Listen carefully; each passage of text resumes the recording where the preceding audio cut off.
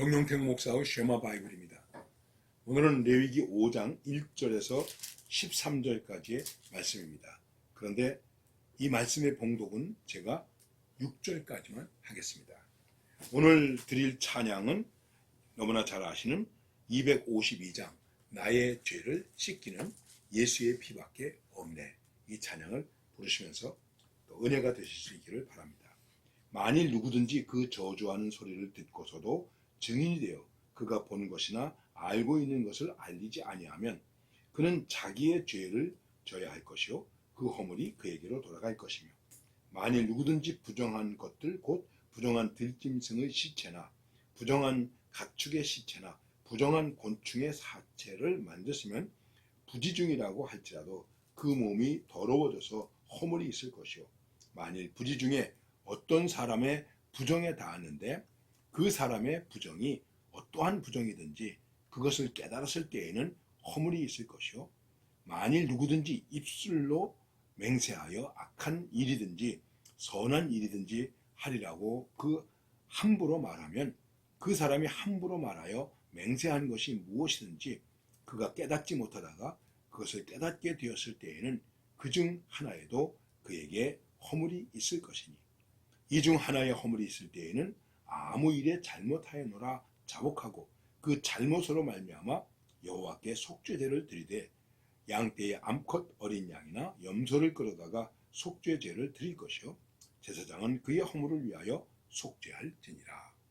지금 속죄제에 대한 이야기를 조금 계속하고 있습니다. 이것이 13절까지 계속되고 있는데, 속죄 제사를 드리는데 어떤 때 속죄 제사를 드리는가? 그냥 무조건 속죄 제사를 드리는가? 우리가 하나님 앞에 회개하지 않습니까? 회개해야 되는데 어떤 때 회개하게 됩니까? 죄를 깨달았을 때.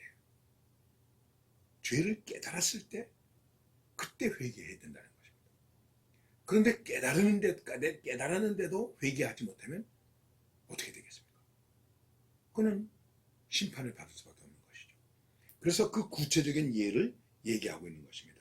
남에게 저주를 했다든지 또 구약의 여러 가지 그 율법적으로 지시하고 있는 율례들을 어겼다든지 부정한 걸 만났다든지 만졌다든지 시체를 만졌다든지 어떤 그런 여러 가지 우리 삶 속에서 오늘도 뭐라고 얘기하고 있냐면은 이렇게 얘기하고 있습니다.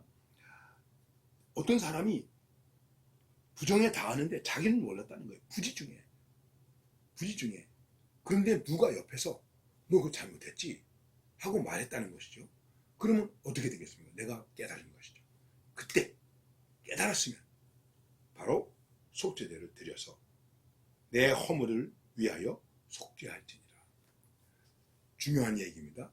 내 허물을 위하여 속죄할지니라. 다시 기억하십시오. 내 허물을 위하여 속죄할지니라. 내 허물을 인하여 회개할지니라. 왜 회개합니까? 내 허물을 인하여. 우리가 기도할 때 이렇게 기도하는 적이 있어요. 하나님 아버지, 알고 지은 죄, 모르고 지은 죄 다 용서하여 주옵소서. 주님은 십자가의 보혈로, 십자가의 사랑으로 우리를 용서하여 주셨기 때문에 우리는 다 아멘하고, 아, 그렇지. 내가 알고 지은 죄, 모르고 지은 죄. 그런데 여러분, 알고 지은 죄, 모르고 지은 죄, 어떤 게 더 많습니까? 정말 모르고 지은 죄가 많습니까? 사실 우리가 알면서도 죄를 짓는 일이 얼마나 많습니까? 어거스틴이 30세에 회개했는데, 어거스틴이 그렇게 불효막심하고 무지막지한 사람이었을까요? 아니에요. 어머니의 기도를 기억했어요. 어머니가 자기 때문에 눈물 흘리면서 기도한다는 것도 알고 있었어요. 그래서 자기 많이 괴로워했어요. 심지어 어거스틴은 이렇게까지 부르짖은 적도 있었어요. 하나님, 왜 나는 이 순간을 내가 범죄하는데 마지막 순간으로 만들지 못할까요? 이제 이건 내가 범죄한 것의 마지막 순간이 돼서 다시 범죄를 하지 않고 그렇게 살 수 있으면 얼마나 좋겠습니까? 그런데 안 되는 거예요. 우리 어머니 눈물 흘리고 기도하고 안타까웠다는 것이죠. 그래서 나중에 그가 이렇게까지 기도합니다. 하나님, 나는 사람이 아닙니다. 나는 괴물입니다. 내가 이거 괴물이죠.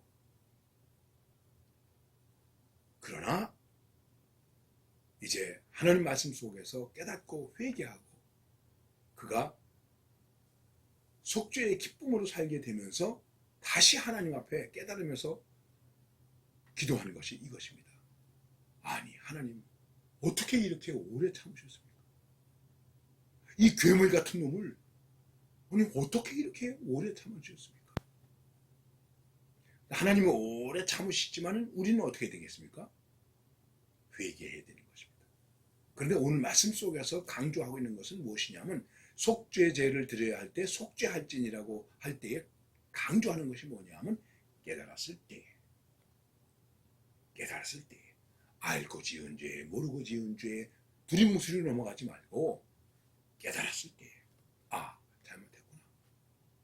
그때 외면하지 마세요. 그 순간이 하나님께로 나아갈 수 있는 순간이고 용서받을 수 있는 순간이고 은혜의 보좌 앞에 나갈 수 있는 순간이고 구원의 기쁨을 누릴 수 있는 순간이 되는 것입니다. 이거 잊어버리면 안 됩니다. 자, 탕자 얘기 다 잘 아시죠? 집을 나갔죠? 허랑방탕했죠? 그런데 나는 여기서 추려주는구나. 우리 아버지 집에는 넉넉한데 풍족한데 나는 여기서 추려주는구나. 깨달았습니다. 아무래도 안 되지. 집에 가봤자 아버지한테 혼날 텐데 쫓겨날 텐데 그리고 안 갔습니까? 깨달았잖아요. 자기의 잘못을 깨달았잖아요. 깨달은 것에 대해서 비를 느꼈잖아요. 아픔을 느꼈잖아요. 어떡합니까? 다시 일어나서 바로 일어나서 아버지께로 돌아갑니다. 그리고 뭐라고 말합니까? 아버지, 내가 하늘과 아버지께 죄를 지었습니다. 아니 아버지한테만 죄를 졌는데 뭐 하늘까지 죄를 졌다고 말합니까? 중요한 것입니다. 여러분과 제가 죄를 깨달았을 때 우리가 죄를 지는 것은 사람에게만 죄를 지는 게 아닙니다. 하나님께도 죄를 지은 것입니다. 하나님께 죄를 지는 것은 사람에게도 죄를 지은 것입니다. 내가 하늘과 아버지께 내가 하나님과 사람 앞에 죄를 지은 사람입니다. 아들이 아닙니다. 품꾼으로서 주세요.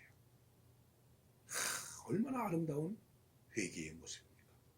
속죄는 그런 하나님의 은총 앞에 서는 것입니다.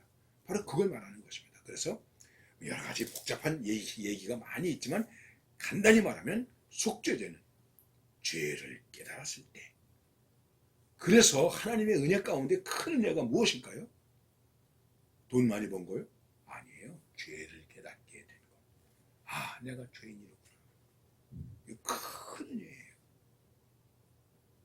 깨닫지 못하고 있으면 무지한 거예요. 무식한 거예요. 깨달으세요. 하나님은 깨닫게 하십니다. 그리고 깨달았을 때 바로 내가 하늘과 아버지께 죄를 지었습니다. 회개의 제사를 드리세요. 이게 뭐가 되겠습니까? 속죄가 되는 것입니다. 오늘도 이런 은총으로, 이런 믿음으로, 이런 경배함으로 신앙에서 승리할 수 있기를 바랍니다.